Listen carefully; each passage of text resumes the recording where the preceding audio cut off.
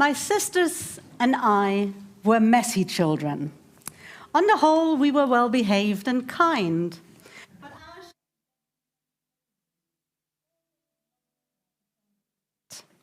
What a tohuvabohu, my parents would exclaim regularly. It wasn't until I was much older that I realized that this wasn't just a German word for the uncontrollable mess that was ever present in our rooms, but that the phrase tohu vavohu is actually Hebrew and found in the biblical creation story. It is the phrase used to describe what the world looked like before God began the act of creation. Rabbi Oren Hay describes it this way: before God's first utterance, the cosmos was all murky shadows and jagged edges. All color was muddled into an unseen, violent blur. This is how the story of our people begins. Our liturgy for today reminds us, Hayom harat olam, today the world was created. Witnessing tohu vavohu, God arrives on the scene, creating order out of formless chaos. A world of light and dark, above and below, land and sea, inhabited by plants, animals, and eventually human beings. And God exclaims that it is good. And what happens next? Human beings, we are put in charge. The liturgy for the Chagim includes an additional section in the third blessing of the Amidah, which we just recited. 3 short paragraphs beginning with the Hebrew word uvechen. And so inspire all your works to be in awe before you. And so grant honor to your people. And then the just shall see and rejoice. You will notice that the editors of Machzor Ruach Chadashah chose to translate the uvechen phrases as affirmations. But we can also read each of the uvechens as a question. Uvechen, and then, Hayom harat olam, today the world was created. Yes, and then what?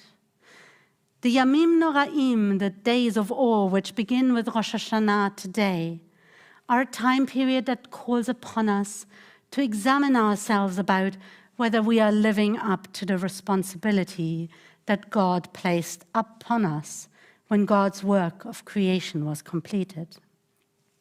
A rabbinic midrash found in a collection from about the 7th century Common Era known as Kohelet Rabbah imagines God taking Adam, the first human being, through the Garden of Eden.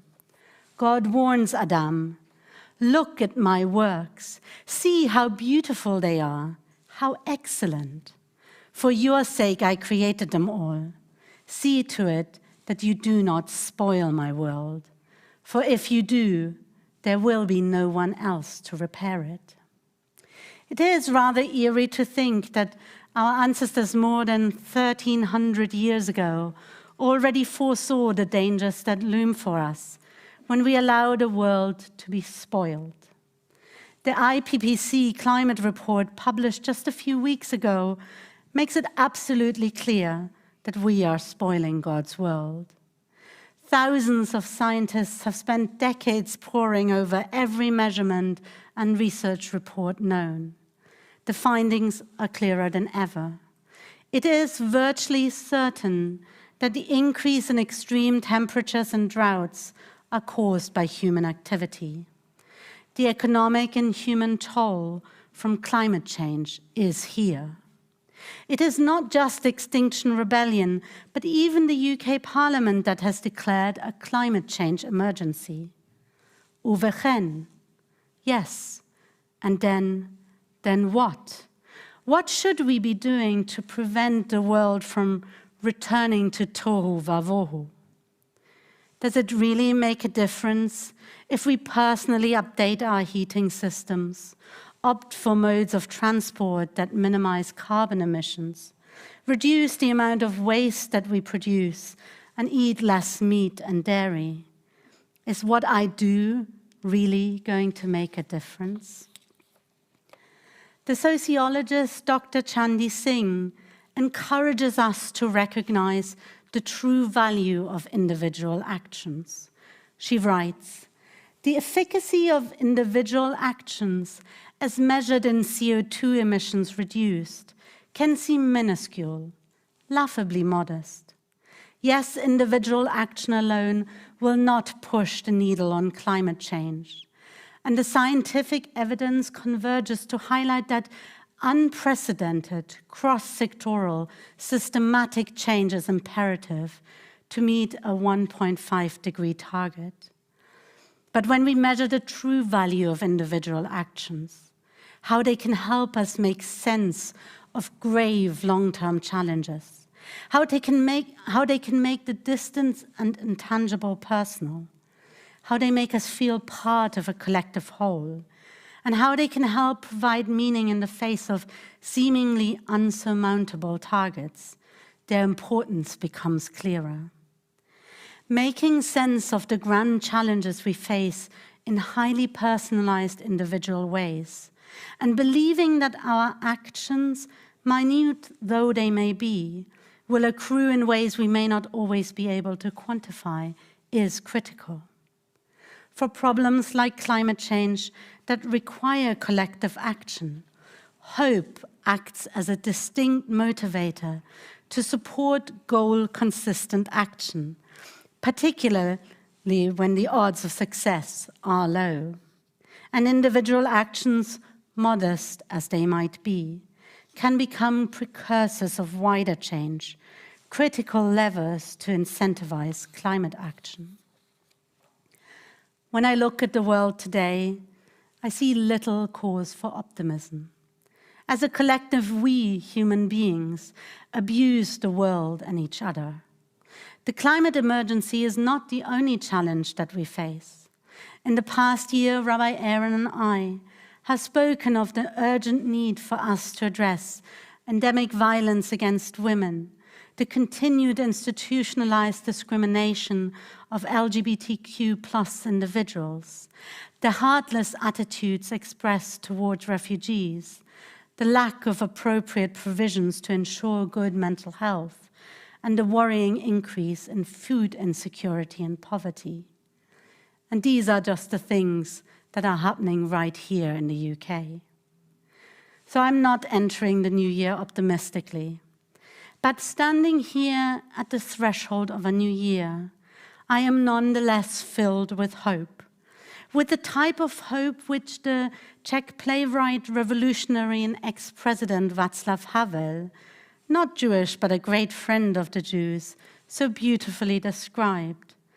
Reflecting on a near-death experience of falling into a sewer in 1989, just weeks before the success of the Velvet Revolution, he says, "The kind of hope I often think about, especially in hopeless situations like prison or the sewer, is, I believe, a state of mind, not a state of the world. Either we have hope within us or we don't. Hope is not prognostication. It is an orientation of the spirit. Each of us must find real fundamental hope within himself. You can't delegate that to anyone else. Hope in this deep and powerful sense is not the same as joy when things are going well, or willingness to invest in enterprises that are obviously headed for early success, but rather an ability to work for something to succeed. Hope is definitely not the same thing as optimism. It's not the conviction that something will turn out well, but the certainty that something makes sense regardless of how it turns out. It is the certainty that something makes sense.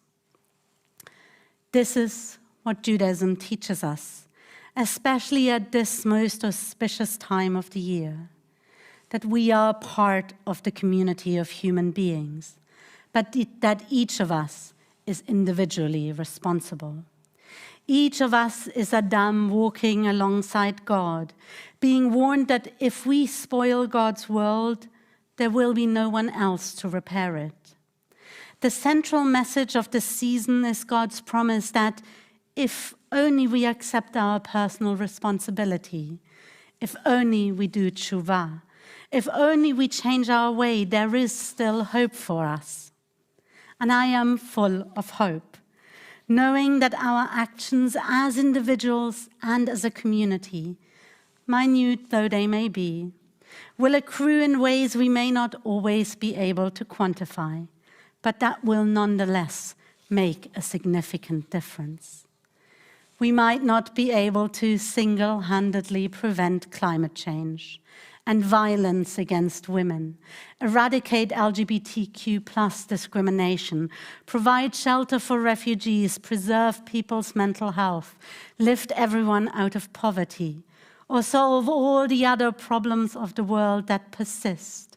But we can create a community that gives us the strength to continue fighting. Hayom Harat Olam.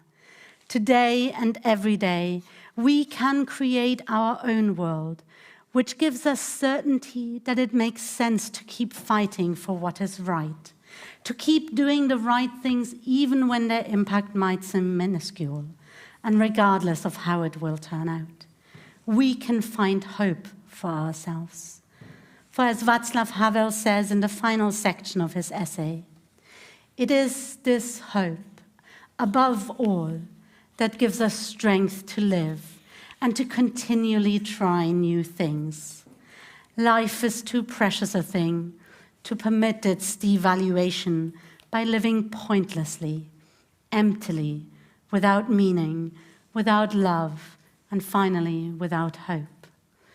Uvechen, and so let us enter the new Jewish year by embracing our responsibility for the world in which we live. Let us enter the year 5782 by embracing hope. Uvechen, for then the just shall see and rejoice. Shana Tova.